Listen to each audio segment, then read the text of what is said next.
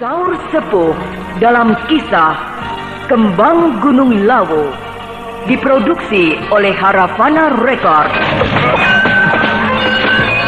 Naskah karya Niki Kosasih, hiasan musik dan sutradara Indra Mahendra.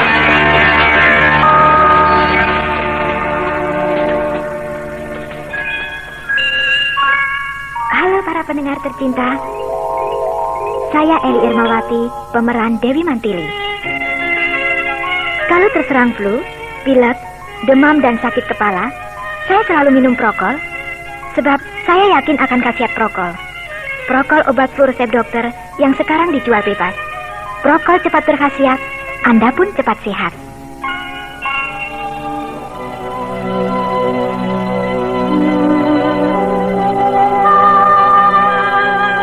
Kembang Gunung Lawu pada babak ke-19 ini menampilkan Ferry Fadli sebagai Brahma, Eli Ermawati sebagai Mantili, Neni Sumardi sebagai Harnum, Wendaka Lubis sebagai Jamali, Ivone Rose sebagai Lasmini, Peter sebagai Raden Bentar, Bambang sebagai Pangeran Paksi Jaladara, dan Abe Burhan sebagai Ranggaweni.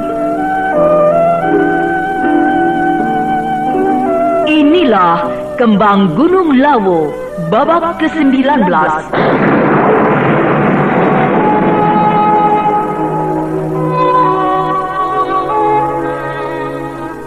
Pada kisah yang lalu diceritakan, Raden Bentar yang sedang berada di rumahnya di Kampung Jamparing berniat hendak pergi ke ibu kota Madangkara untuk berkunjung ke keraton. Raden Bentar yang menyukai kesederhanaan kurang suka naik kuda ataupun naik kereta yang dikawal oleh regu pengawal. Dia lebih suka berjalan sendirian, melewati jalan-jalan yang sunyi, melalui sawah-sawah, kebun, ladang penduduk, ataupun menyusuri sungai-sungai kecil. Tanpa diduga, di tengah perjalanan dia berjumpa dengan Lasmini.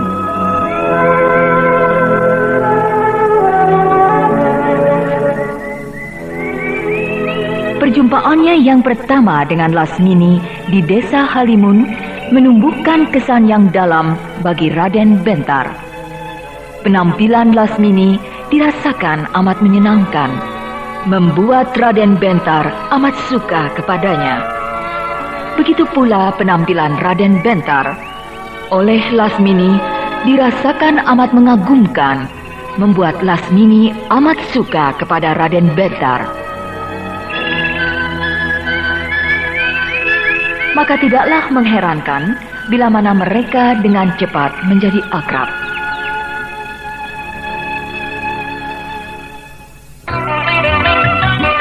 Wah, bahaya, wah, bahaya, bahaya. Kasihan terjamin isinya, oleskan saja kapanan. Kemana ini orang? Kalau kelupaan bisa bahaya nih. Bu. Ada apa, Pak? Pesenanku dapat nggak? Kalpanak? Dapat dong, Pak. Kan di semua tempat ada yang jual. Itu memang salah satu keistimewaan Kalpanax, Bu. Salah satu? Iya. Keistimewaan lain apa sih, Pak? Kecuali botolnya lebih baik, Kalpanax sudah belasan tahun terbukti ampuh untuk membasmi panu, kadas, kurap, dan gatal jamur. Hebat, ini baru papiku. Ampuh kasihannya, terjamin isinya, oleskan saja Kalpanax. Produksi Kalbe Farma.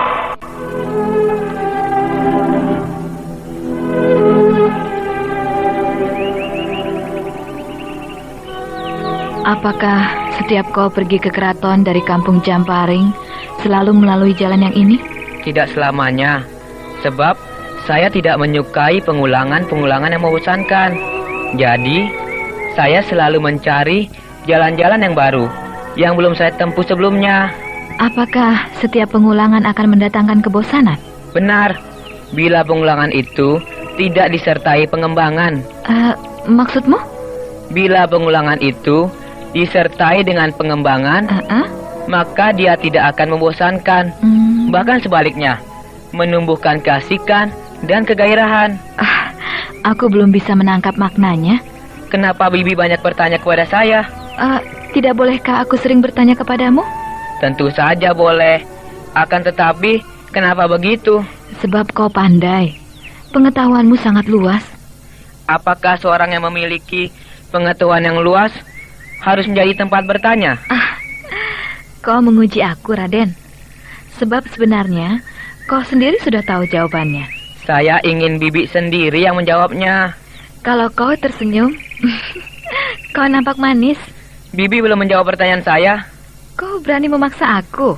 Saya tahu benar, Bibi Lasmini seorang pendekar yang memiliki kemampuan berkelahi yang tinggi. Dengan sekali pukul, saya pasti hancur. Tapi, saya tidak takut, sebab saya punya lidah. Dan lidah saya lebih tajam dari pedang merah yang terselip di pinggang Bibi itu. Itulah kata-kata yang aku tunggu dari tadi. Dan kau sendiri sudah mengakuinya. Bibi cerdik juga.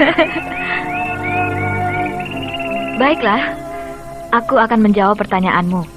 Tapi, jangan ditertawakan ya. Sebab aku bukan seorang yang pandai bersilat lidah. Itu tergantung kepada saya sendiri. Kalau saya ingin tertawa, saya akan tertawa. Sebab saya berhak untuk tertawa atau tidak. Dan hak saya itu syah. Kata-katamu selalu memojokkan aku.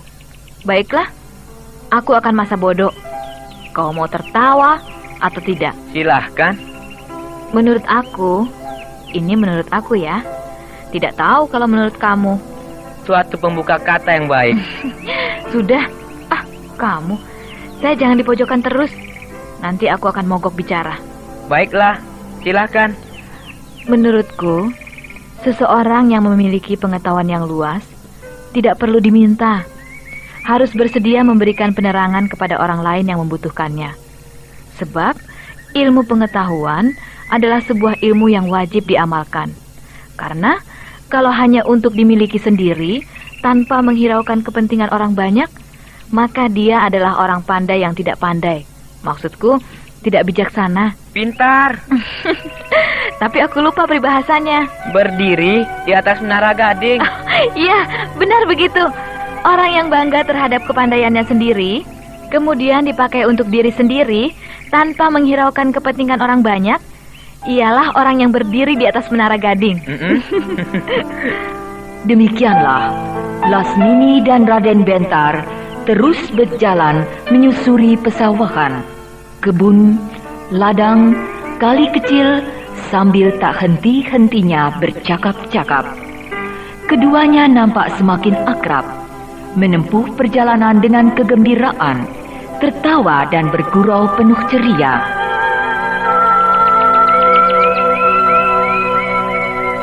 Lasmini si pendekar cantik belum pernah merasakan kegembiraan seperti saat itu.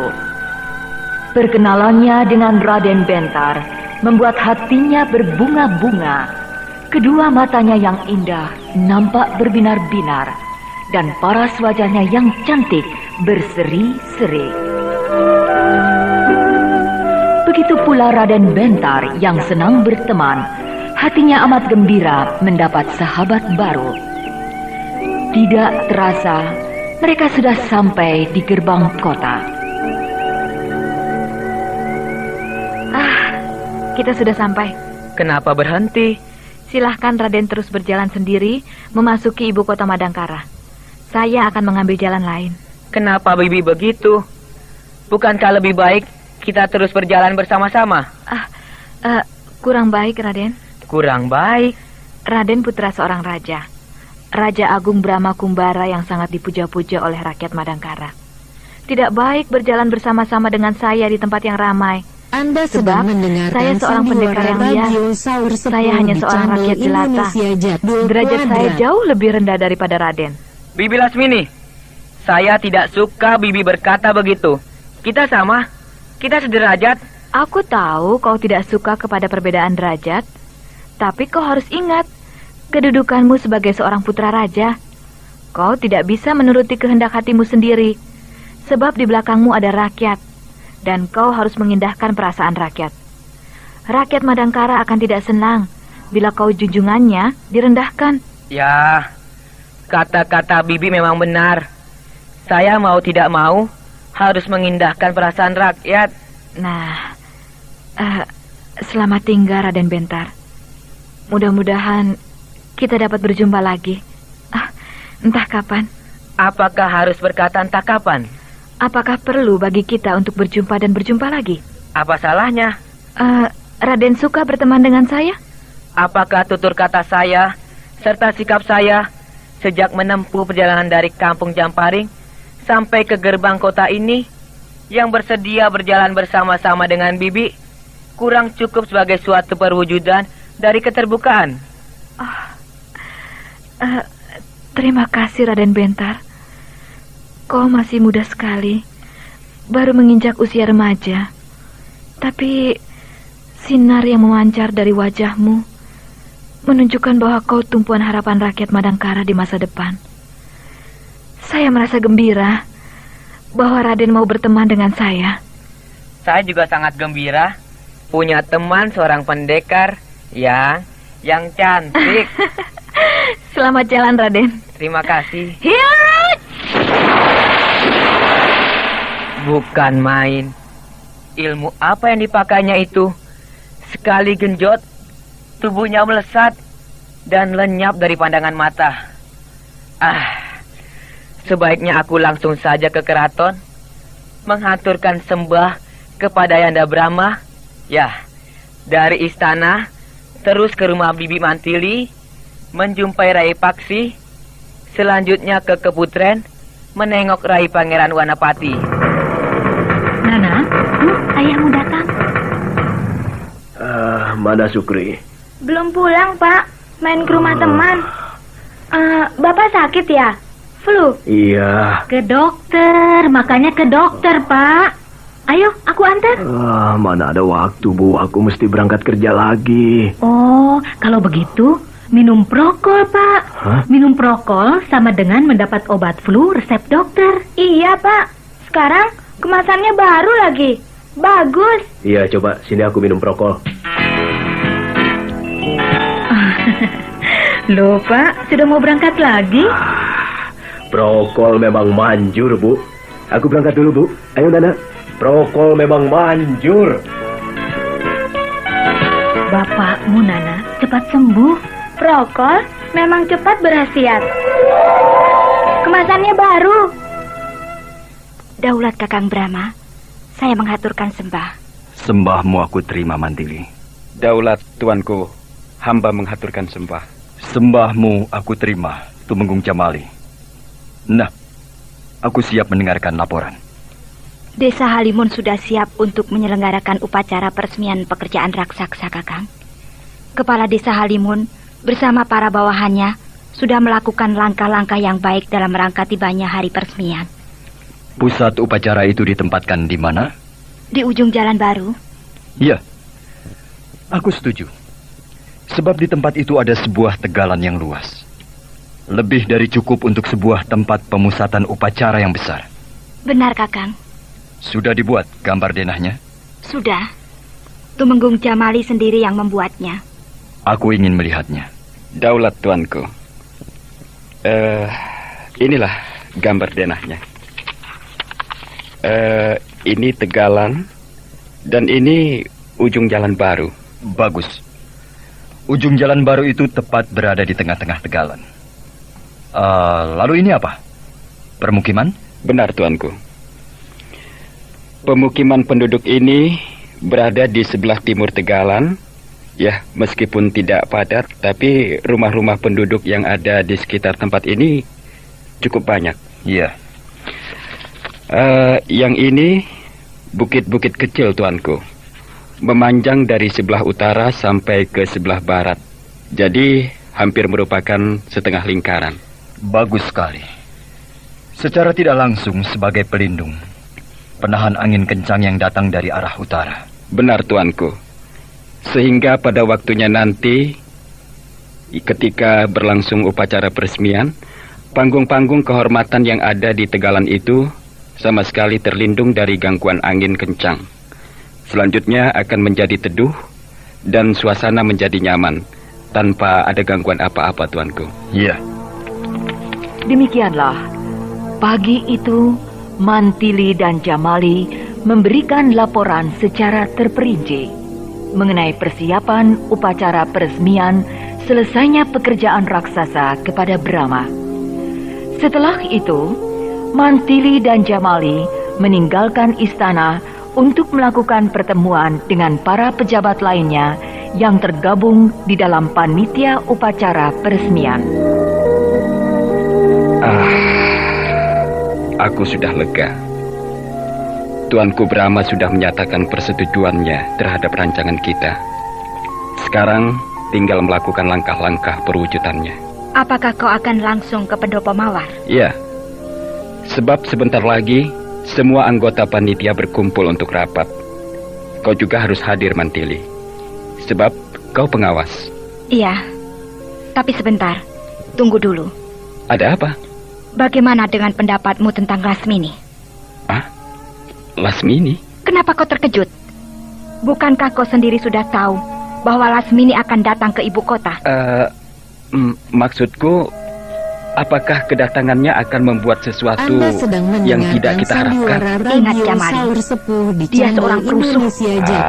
Itu kan dulu. Sekarang masa begitu terus? Manusia itu kan bisa saja berubah. Tapi mau tidak mau, kita tidak bisa untuk mengindahkan dia. Sebab dia jenis perempuan yang harus diperhitungkan. Iya, memang benar. Tapi kita belum tahu apa maksudnya dia muncul di Badangkara ini. Aku akan menyelidiki dia. Tidak perlu, Mantili. Sebab kalau dia memang akan berbuat yang tidak baik, dengan cepat kita akan bisa mengetahuinya. Kau harus ingat peristiwa Bukarti. Dia ternyata musuh dalam selimut yang bersekutu dengan orang-orang yang tidak suka kepada Madangkara. Gerakan mereka sangat halus dan rapi, di mana hampir saja kita terkecoh. Nah, itu merupakan pengalaman bagi kita untuk melakukan langkah-langkah pengamanan pekerjaan penting yang akan kita lakukan. Ada perbedaan yang menyolok antara Lasmini dan Bukarti. Bukarti seorang ular, licin bagai belut. Tapi Lasmini seorang pendekar yang nampak jelas sepak terjangnya. Tidak sukar untuk membedakannya, bukan? Iya, meringkus Lasmini memang mudah, sebab akan jelas nampak manusianya. Tapi manusia-manusia yang berada di belakangnya, kita tidak tahu. Sebab mungkin saja Lasmini hanya boneka yang dipergunakan sebagai pancingan, sedangkan kekuatan yang sebenarnya adalah di belakangnya. Apa yang akan kau perbuat terhadap Lasmini? Aku tidak keberatan. Tapi sebaiknya perhatian kita dipusatkan dulu kepada tugas kita yang mendesak, yaitu persiapan upacara peresmian. Apa salahnya kita melakukan dua pekerjaan sekaligus? Bukankah kita punya bawahan? Sekali merengkuh dayung, 2-3 pulau kita lampaui, iya kan? Apakah kau sudah mulai, Mantili? Sudah. Aku sudah memerintahkan Regu Mata-Mata untuk menyelidiki Lasmini. Ya, aku kira tinggal menunggu laporan mereka. Iya. Marilah kita ke pendopo mawar. Aku kira para pejabat tinggi yang tergabung dalam panitia persiapan upacara peresmian sudah kumpul. Iya. Sebenarnya, Jamali sangat terkejut mendengar Mantili sudah menggerakkan Regu Mata-Mata untuk menyelidiki Lasmini. Tapi dengan cepat, dia menyembunyikan keterkejutannya, sebab Jamali sendiri pun sudah menggerakkan satuan keamanan kota untuk menyelidiki Lasmini, meskipun dalam kepentingan yang berbeda dengan Mantili. Meskipun kemunculan Lasmini membuat mereka berpikir, tapi mereka adalah para tokoh penting Madangkara yang dapat membedakan tugas negara dengan kepentingan pribadi. Itulah makanya Mantili dan Jamali segera memusatkan pikiran dan perhatian kepada persiapan upacara peresmian.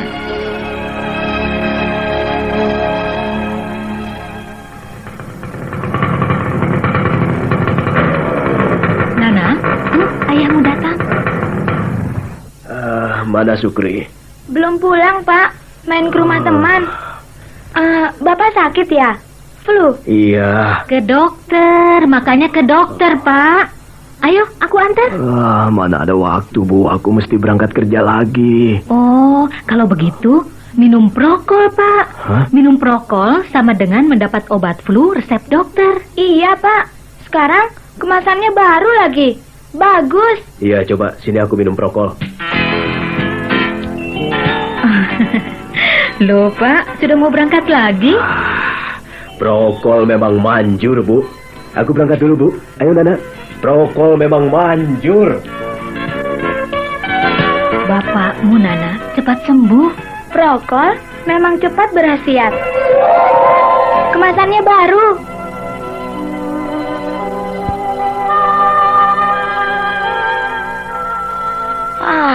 Kakang Wanapati tidur melulu. Bayi memang begitu, Paksi. Harus banyak tidur supaya cepat besar. Kalau sudah besar, Kakang Pangeran Wanapati pasti jadi orang yang sakti. Oh ya? Sebab Kakang Wanapati putranya Wak Brahma yang paling sakti di Madangkara. Apakah kalau ayahnya sakti, anaknya juga harus sakti? Tentu saja, Bibi Arnum. Ibumu pendekar pedang, punya pedang setan. Tapi kau tidak mau jadi pendekar pedang. Keinginanmu jadi panglima perang. Dan ayahmu seorang patih. Tapi ternyata kau juga tidak mau jadi patih. Kau tetap ingin jadi jagoan perang. Nah, artinya kau berbeda dengan kedua orang tuamu, ya kan? Iya ya. Bibi Harnom. Nah, itu Raden Bentar. Kakang Bentar. Daulat, Bibi Harnom. Saya mengaturkan sembah. Aku terima, Raden. Pantas tidak ada di rumah. Rai Paksi ada di sini. Kakang Bentar ke rumah saya? Iya, maksudku untuk mengajakmu bersama-sama pergi ke sini. Menjenguk Rai Pangeran Wanapati. Tahu-tahu sudah ada di sini. Saya tidak tahu kalau Kakang Bentar mau ke rumah. Jadi, saya pergi sendiri ke sini. Memang, tadinya tidak ada rencana mau ke sini. Kau sudah menghadap kepada Ayahanda Brahma di istana? Sudah, Bibi Harnom. Ayahanda Brahma sedang ada tamu. Tamu dari mana? Paman Ranggaweni dari Pajajaran. Hah? Ranggaweni? Kenapa Bibi Harnom terkejut? Kalau Ranggaweni muncul di Madangkara, pasti di Pajajaran ada peristiwa yang penting. Entahlah, Bi. Sebab saya tidak berani bertanya apa-apa. Ya, memang sebaiknya begitu. Kau tidak perlu tahu urusan negara. Kecuali bila diminta oleh Ayahanda Brahma agar kau mengajukan saran dan pendapat. Iya, Bibi. Nah, itu Wak Brahma. Iya. Kakang Brahma dan Ranggaweni sedang berjalan di pelataran Keputren menuju ke sini.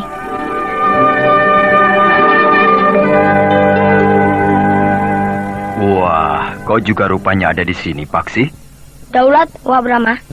Tadi saya ke sini bersama-sama dengan Ibunda Mantili. Tapi saya terus langsung ke sini. Sedangkan Ibunda ke istana. Iya. Salam sejahtera, Kanda Dewi. Salam sejahtera pula, Ranggaweni. Salam sejahtera, Paman Ranggaweni. Terima kasih, Pangeran Paksi. Kau sudah besar. Sinar matamu dan gerak-gerikmu sama persis dengan ibumu. Apakah kau juga ingin jadi pendekar pedang nomor 1 seperti ibumu? Tidak, saya ingin jadi panglima perang. Bagus. Cita-citamu sangat baik. Ranggaweni. Daulat, Kanda Dewi. Terus terang, hatiku berdebar-debar. Sebab kalau kau muncul di Madangkara, pasti ada peristiwa penting di Pajajaran. Sudah saya sampaikan kepada Tuanku Brahma, Kanda Dewi. Oh ya? Begini, Dinda Harnum. Dugaanmu tepat sekali. Memang sebenarnya lah di Pajajaran akan terjadi peristiwa yang sangat penting. Bahkan aku mengatakannya peristiwa yang paling bersejarah bagi kerajaan Pajajaran. Oh, berita apakah itu? Raden Mundingwangi akan dinobatkan menjadi Raja Pajajaran. Oh, benarkah? Iya, benar, Dinda.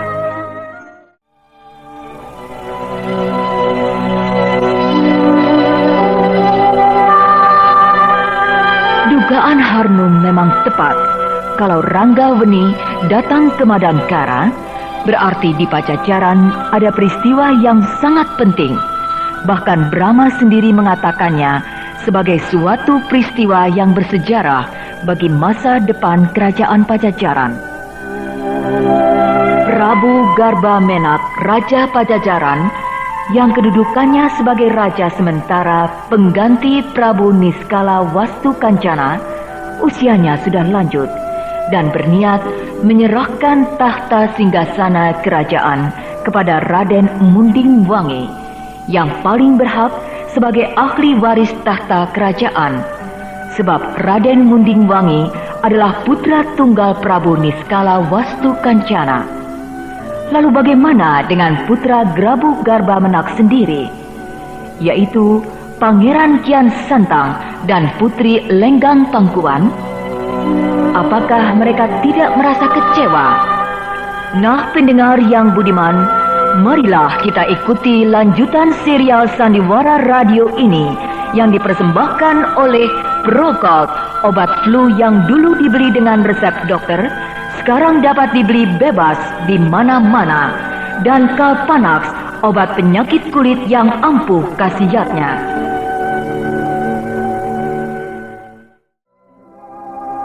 Kembang Gunung Lawu pada babak ke-20 ini menampilkan Ferry Fadli sebagai Brahma, Eli Ermawati sebagai Mantili, Neni Sumardi sebagai Harnum, Ivone Rose sebagai Lasmini, Wendaka Lubis sebagai Jamali, Peter sebagai Raden Bentar, Bambang sebagai Pangeran Paksi Jaladara, Apeplan DMC sebagai Gurumut.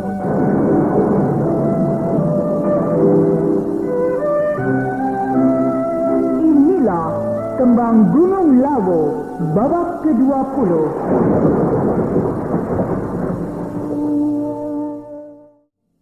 Pada kisah yang lalu diceritakan, dugaan Harnum memang tepat.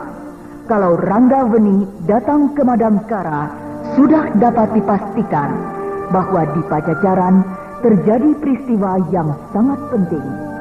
Bahkan Brahma sendiri mengatakannya peristiwa yang paling bersejarah bagi masa depan kerajaan Pajajaran, yaitu Raden Mundingwangi naik takhta singgasana menjadi Raja Pajajaran. Pengen umroh? Klik armytravel.com. Mau cari tiket pesawat? Klik armytravel.com. Mau bisa jual tiket? Daftar di armytravel.com. Ingat armytravel.com ya. armytravel.com. Prabu Garba Menak merasa usianya sudah lanjut. Beliau berniat hendak bertapa menjadi pendeta. Untuk itu, beliau menyerahkan takhta kerajaan kepada Raden Mundingwangi. Raden Mundingwangi memang berhak menjadi Raja Pajajaran, sebab dia putra tunggal Prabu Niskala Wastukancana. Jadi sebagai ahli waris yang sah. Akan tetapi bagaimana dengan Pangeran Kian Santang? Dia sebagai putra Prabu Garba Menak. Tentu pula dirinya sedikit mengharapkan jadi Raja Pajajaran. Tidak ada masalah dengan Pangeran Kian Santang, sebab dia sadar bahwa ayahnya menjadi Raja Pajajaran hanyalah untuk sementara waktu, mewakili Raden Mundingwangi yang masih terlalu kecil. Dan sekarang Raden Mundingwangi sudah dewasa. Bahkan dia sendiri yang berhasil menewaskan Prabu Malayapati, Raja Kerajaan Tanjung Singguru yang menyerbuh Pajajaran. Begitulah Kanda Dewi Harnum. Ya, kalau memang begitu tidak ada masalah saya kira.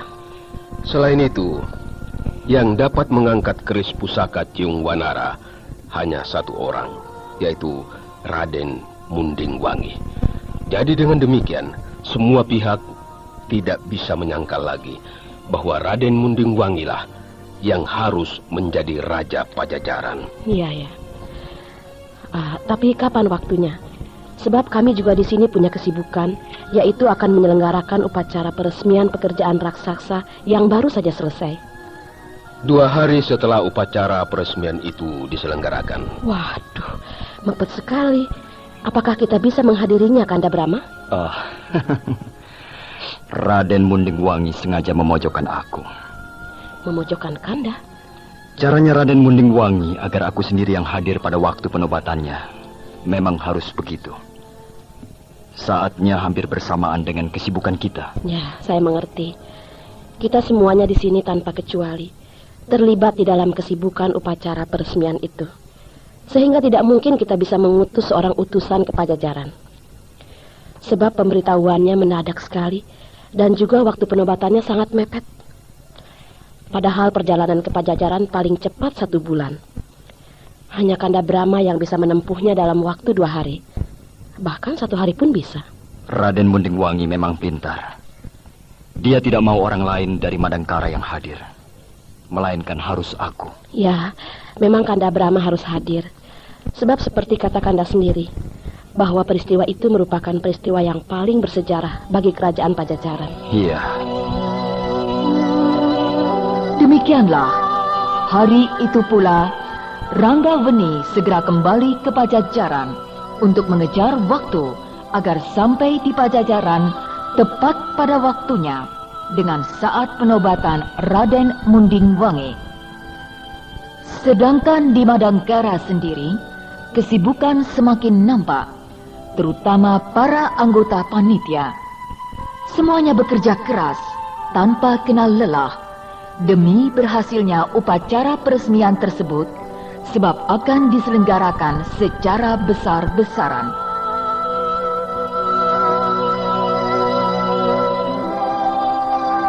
Daulat Paduka Tumenggung Jamali. Cepat ke sini, Hulu Balang Muda. Daulat Tumenggung. Bagaimana? Apa kau berhasil menemukan Lasmini? Belum, Tumenggung. Belum. Saya mengerahkan 10 orang anak buah, mengaduk-ngaduk ibu kota, tapi belum nampak hasilnya. Kemana perempuan itu? Apakah dia membatalkan niatnya, lalu kembali lagi, atau meneruskan perjalanan ke tempat lain? Kami terus berusaha, Tumenggung. Mudah-mudahan nanti sore atau besok sudah ada berita.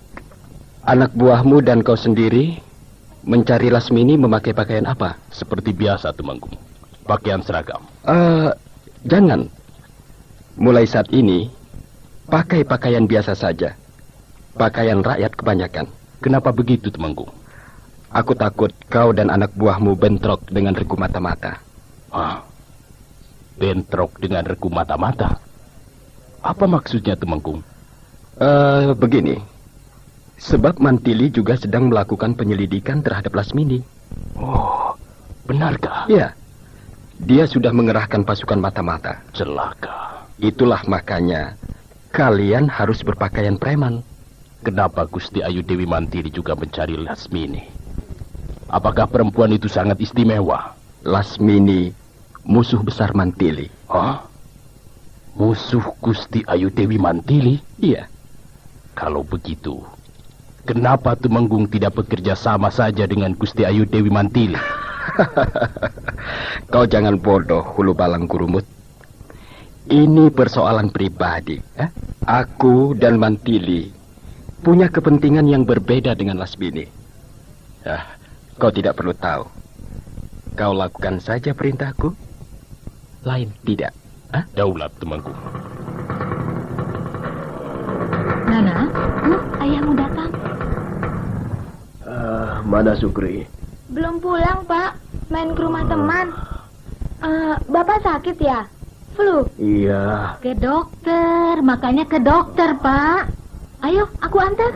Mana ada waktu, Bu. Aku mesti berangkat kerja lagi. Oh, kalau dengan mendapat obat flu resep dokter. Iya, Pak.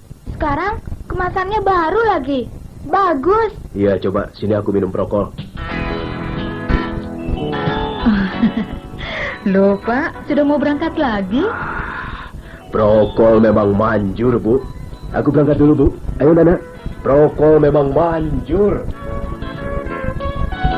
Bapakmu, Nana, cepat sembuh. Prokol memang cepat berkhasiat. Kemasannya baru.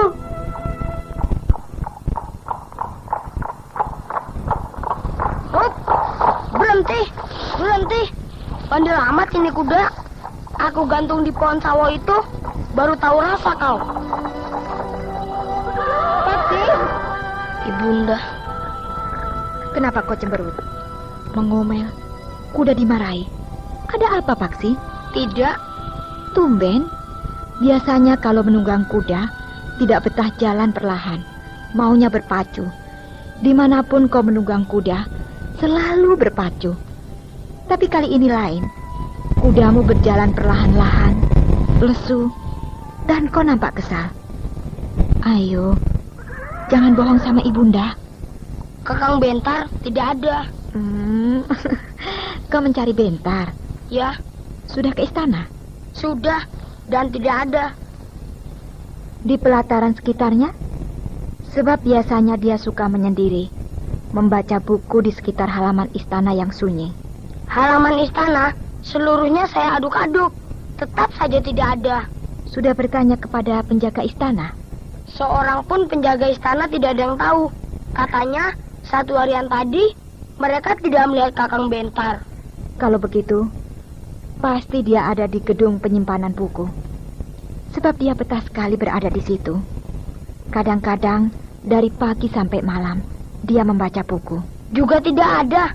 Penjaga gedung penyimpanan buku mengatakan, sudah 2 hari ini Kakang Bentar tidak datang.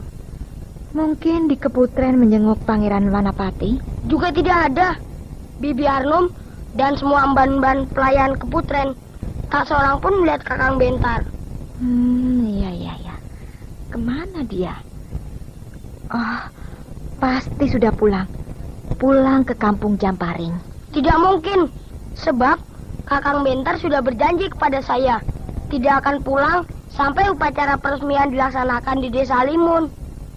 Jadi Raden Bentar akan berangkat ke Desa Halimun dari sini?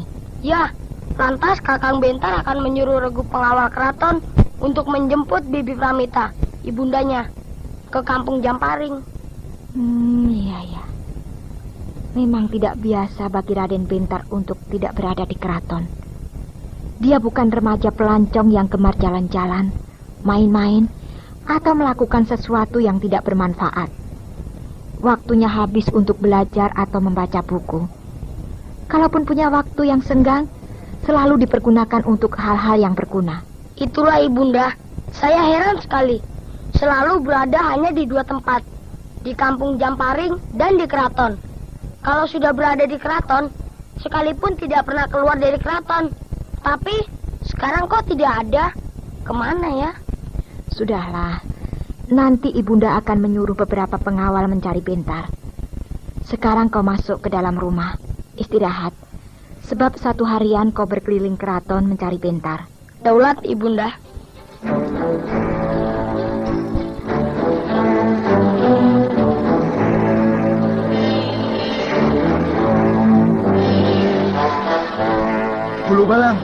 Bulu balang Gurumut.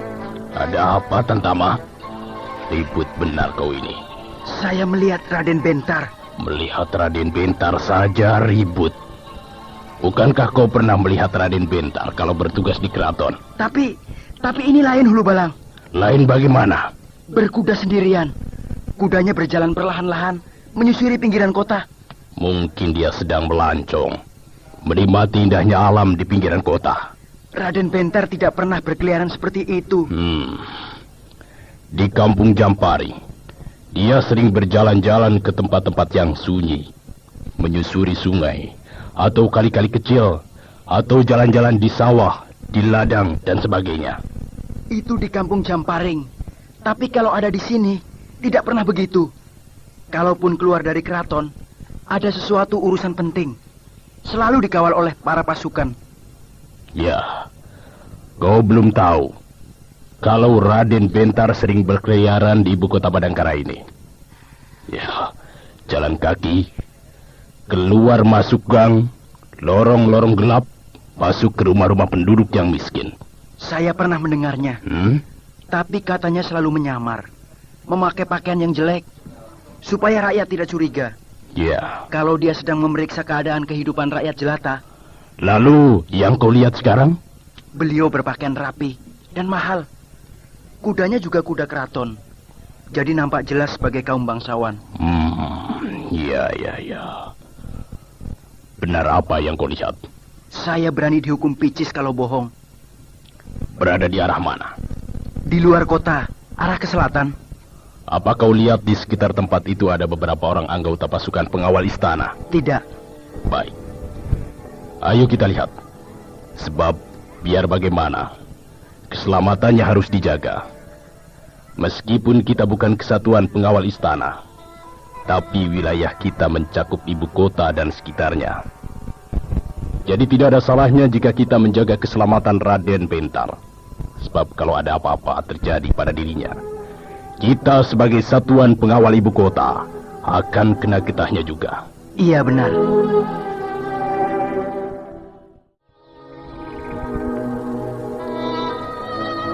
Sudah bosan menunggang kuda? Oh, Bibi Lasmini. Bibi membuat saya terkejut. Tidak terdengar suara apa-apa. Tahu-tahu sudah berada di belakang saya. Aku melihat kau satu harian menunggang kuda, berjalan pelan-pelan, menyusuri pinggiran kota, lalu berhenti, kemudian duduk-duduk di bawah pohon yang rindang ini. Sudah capek ya? Atau bosan berjalan-jalan sendirian? Badan saya tidak capek, dan juga kuda saya itu sama sekali tidak capek. Yang capek ini nih, hati saya. Hatimu? Hatimu yang capek? Kenapa? Saya letih menunggu Bibi Lasmini. Menunggu aku? Iya. Ya, menunggu dan mencari. Kenapa menunggu aku? Atau Raden Bentar yang mulia, mengapa Raden mencari saya? Tidak bolehkah saya mencari Bibi? Oh, boleh saja. Tapi adakah sesuatu yang penting? Mengapa Bibi mendatangi saya di sini? Adakah sesuatu yang hendak Bibi sampaikan kepada saya? Raden, janganlah kau mendesak saya. Sebab walau bagaimana, saya tidak akan mampu berdebat kata dengan Raden. Karena terus terang, saya terkejut. Raden seorang putra raja yang mulia mencari saya, seorang pendekar hina yang tidak berharga. Saya paling suka kepada orang yang hina dan tidak berharga. Hanya karena itukah? Saya sendiri tidak bisa menjawabnya. Kenapa? Sekilas saya melihat Raden menunggang kuda di pinggiran kota di sebelah timur. Saya heran, kenapa tidak dikawal? Padahal berada di wilayah ibu kota. Saya khawatir kepada keselamatan Raden. Ya, itulah makanya saya mengikuti Raden terus-menerus hingga sampai di sini. Tadinya saya kira Raden sedang menikmati keindahan alam di pinggir kota. Tapi ternyata menurut pengakuan Raden sedang mencari saya. Lalu, kenapa dibiarkan? Takut mengganggu. Sekarang kok muncul? Saya menduga mungkin Raden sudah cukup menikmati keindahan alam, lalu istirahat. Nah, baru saya berani mendekati. Seandainya sudah tahu sejak awal bahwa Raden mencari saya, wah, tentu sejak semula saya sudah mendekati Raden. Terima kasih, Bibi Lasmini. Kau telah menjaga saya, yang tentunya mengganggu acara Bibi sendiri. Bibi baik sekali kepada saya. Sebab kau juga baik terhadap saya. Bahkan terlalu baik.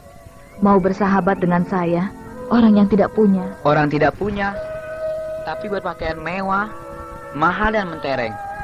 Memakai sandal terompa yang mahal pula, serta sarung pedang berwarna merah menyala, berlapis emas, lalu memakai kalung emas dan gelang emas. Bibi memang orang yang tidak punya, tapi mewah. Kebetulan tempo hari saya punya uang, lalu beli seperangkat pakaian. Jadi pakaian saya hanya satu-satunya, ya ini. Juga gelang dan kalung, serta sandal terompa, hanya ininya, tidak punya lagi.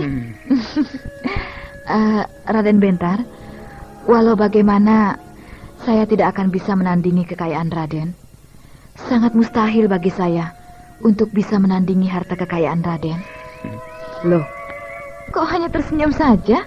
Saya senang mendengar suara Bibi. kalau sedang berkata-kata. Merdu. Mirip dengan suara ibu saya, Ibunda Pramita. Karena itukah kau suka kepadaku? Karena suaraku mirip dengan suara ibumu? Banyak yang lainnya. Apa? Tebak saja sendiri. Pintar mengelak, pintar mendesak, pintar membalik-balikan perkataan orang. Nah, itu kuda Raden Bentar sedang makan rumput. Raden Bentarnya di mana? Mungkin sedang istirahat, tidur-tiduran, melepaskan lelah. Iya, kalau sedang istirahat.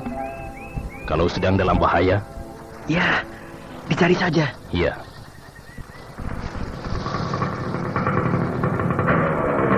Nana, ayahmu datang. Mana Sukri? Belum pulang, Pak. Main ke rumah teman. Bapak sakit ya? Flu? Iya. Ke dokter, makanya ke dokter, Pak. Ayo, aku antar. Mana ada waktu, Bu. Aku mesti berangkat kerja lagi. Oh, kalau begitu, minum prokol, Pak. Hah? Minum prokol sama dengan mendapat obat flu resep dokter. Iya, Pak.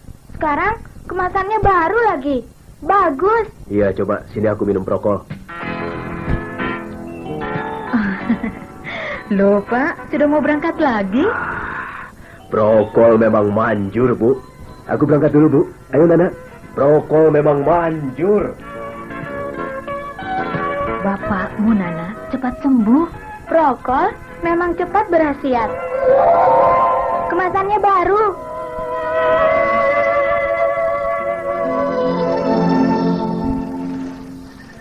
Nah, itu dia.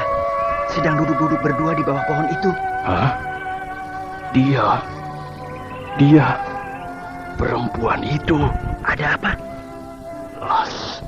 Lasmini. Ya, aku baru ingat. Perempuan itu berpakaian merah-merah. Pasti dia yang kita cari. Tidak akan salah lagi. Dialah pendekar wanita yang bernama Lasmini. Tapi, kenapa berduaan dengan Raden Bentar? Iya, ya. Lebih baik dilaporkan kepada Tumenggung Jamali. Iya, benar. Ayo, kita tinggalkan tempat ini. Kembali ke keraton. Lapor kepada Tumenggung Jamali.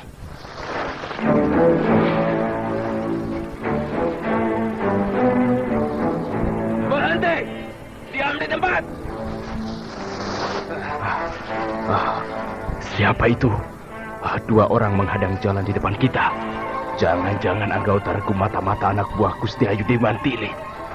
Kita lari saja. Ya, daripada bentrok dengan teman sendiri. Jangan lari! Celaka. Di belakang kita juga ada dua orang lagi. Jangan lari! Gawat. Jangan lari! Celaka. Gawat. Kita dikurung. Dari depan, belakang, kiri dan kanan muncul dua orang. Satu lawan satu saja. Kita tidak akan menang melawan anggota regu mata-mata keraton. Apalagi dikeroyok. Ya, lagi pula kita tidak boleh bentrok dengan mereka. Tapi jalan untuk meloloskan diri tidak ada. Menyerah saja. Rahasia kita tidak boleh terbongkar. Masa bodoh.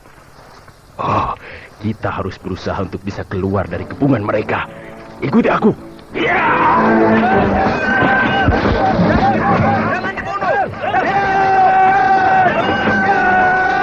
Mereka akan melarikan diri. Kurung cepat!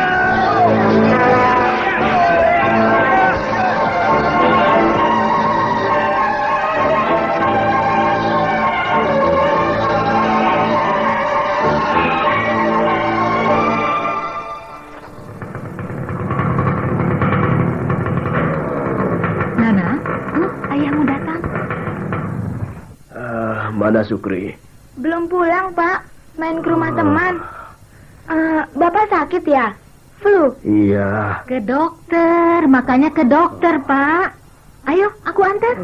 Mana ada waktu, Bu. Aku mesti berangkat kerja lagi. Oh, kalau begitu, minum prokol, Pak. Hah? Minum prokol sama dengan mendapat obat flu resep dokter. Iya, Pak.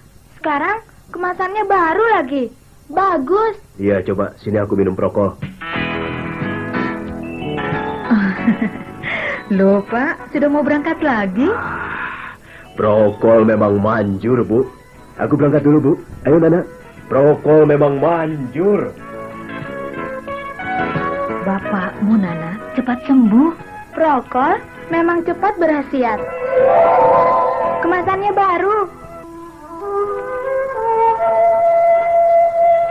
Hulu Balang Gurumut, kepala regu keamanan ibu kota, bersama seorang anak buahnya, sangat gembira ketika dapat menemukan Lasmini.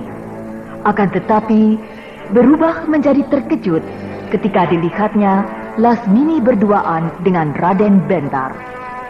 Kemudian mereka meninggalkan tempat itu untuk melaporkannya kepada Tumenggung Jamali. Akan tetapi, betapa ciutnya nyali mereka ketika ternyata bahwa mereka sudah dikurung oleh belasan anggota regu mata-mata Keraton Madangkara. Tidak mungkin mereka harus bentrok dengan sesama tentara Madangkara sendiri. Untuk menjelaskan siapa mereka sebenarnya juga tidak mungkin, sebab perintah yang mereka terima, rahasia diri mereka harus dijaga dan tidak boleh bocor.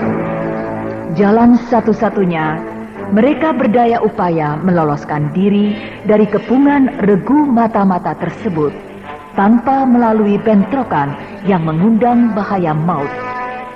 Apakah Satuan Keamanan Ibu Kota Madangkara dapat meloloskan diri dari Satuan Regu Mata-Mata Madangkara? Ataukah tentara Madangkara harus bertarung dengan tentara Madangkara lagi? Nah, pendengar yang budiman, marilah kita ikuti lanjutan serial Sandiwara Radio ini yang dipersembahkan oleh Prokol, obat flu yang dulu dibeli dengan resep dokter, sekarang dapat dibeli bebas di mana-mana, dan Kalpanax, obat penyakit kulit yang ampuh khasiatnya.